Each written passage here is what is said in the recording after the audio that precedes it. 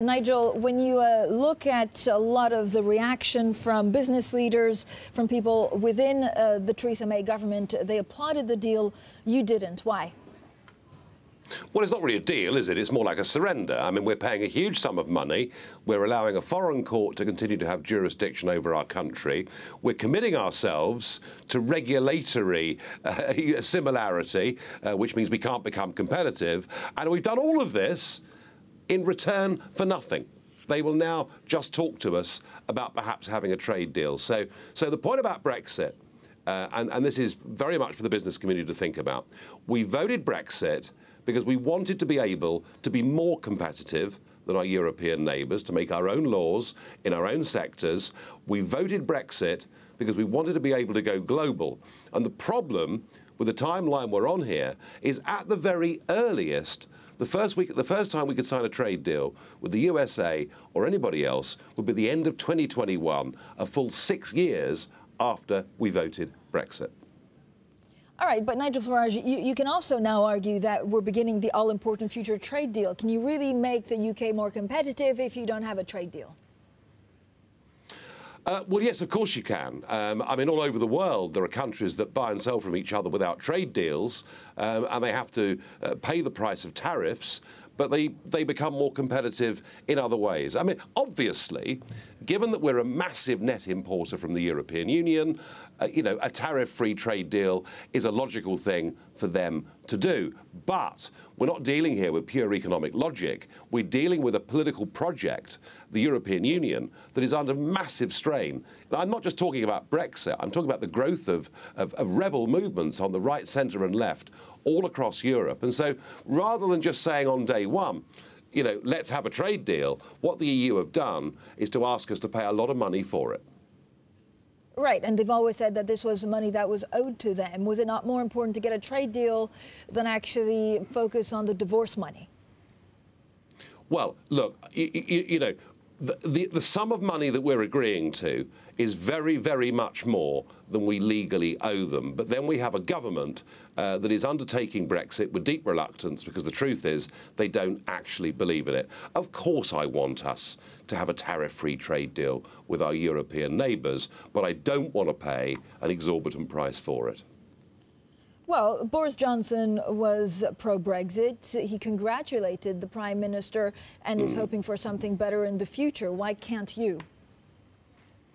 Because Boris Johnson has a job in Cabinet, and Boris Johnson today, in praising this deal, has gone directly against the stated wishes of 17.4 million people who voted for Brexit. Boris today has put his career and his job and his place in the Cabinet above what he said during the referendum campaign.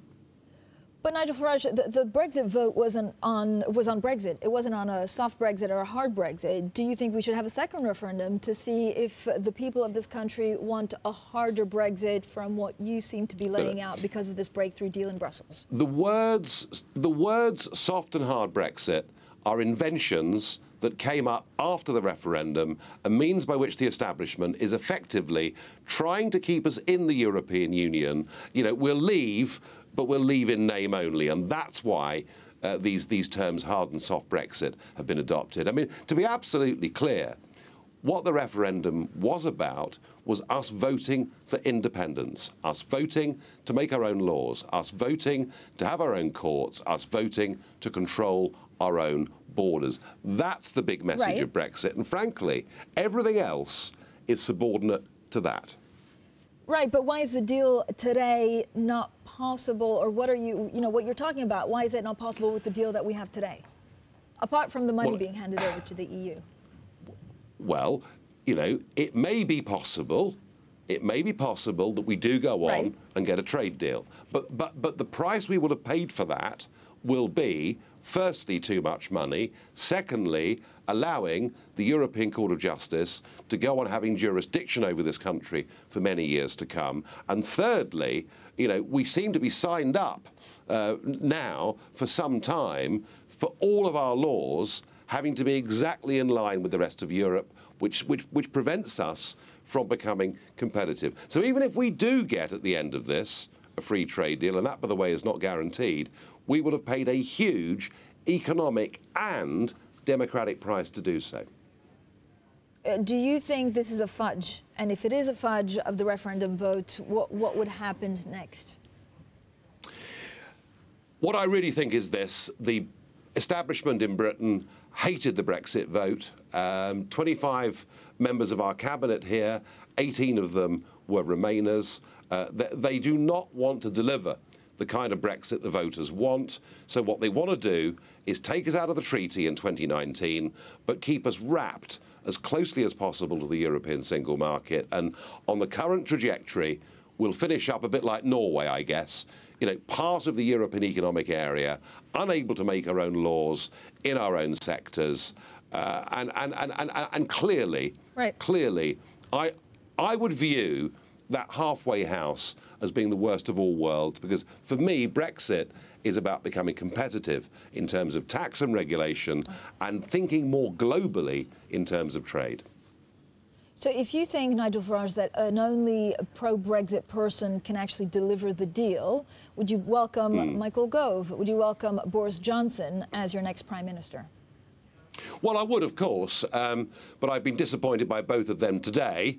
I mean, Michael Gove was saying, look, 2 years ago, we wouldn't have dreamt we were as far down the road as we are. Well, 2 years ago, we hadn't voted Brexit. And you know, this is about delivery on the biggest public vote that has ever taken place in this country. And I promise you, the vast majority of Brexit voters are very frustrated with how long this process is taking and by the genuine lack of leadership from the British Prime Minister. I mean, just think about this. The British Prime Minister had to fly through the night to meet some unelected men in Brussels who then patted her on the head and said, well done, May, you've made sufficient progress. I mean, the whole structure of this is deeply humiliating. But sorry, how would you have done it? This is what the situation is. Whether it's right or wrong is not the point. This is you're negotiating a trade deal, so you need to make sure that you can negotiate the trade deal. Just by saying no, no, no doesn't get you any advantages, does it? Well, we should never have accepted the original premise set by the unelected bosses in Brussels. They said, unless we jumped over a series of hurdles, they wouldn't even discuss trade with us. And we should have said on day one, we will offer nothing unless trade is part of that package. And we find ourselves now this morning having put a lot on the table with absolutely nothing guaranteed in return. And that is a failure, not of Brexit, but it's a failure of a government that has little experience in life of negotiating anything and clearly doesn't really believe in Brexit. OK, have you ever actually made a deal when you keep on saying no? Isn't a deal two sides coming closer together? That's right. That's right. A deal is where both sides are prepared to put something on the table and concessions have to be made. Yeah, you know, I had a real job before politics. I understand that, unlike most of our people in our cabinet. And what has happened here is we are not even allowed to discuss the deal until we satisfy all of these outrageous demands. We should never, ever have accepted this premise.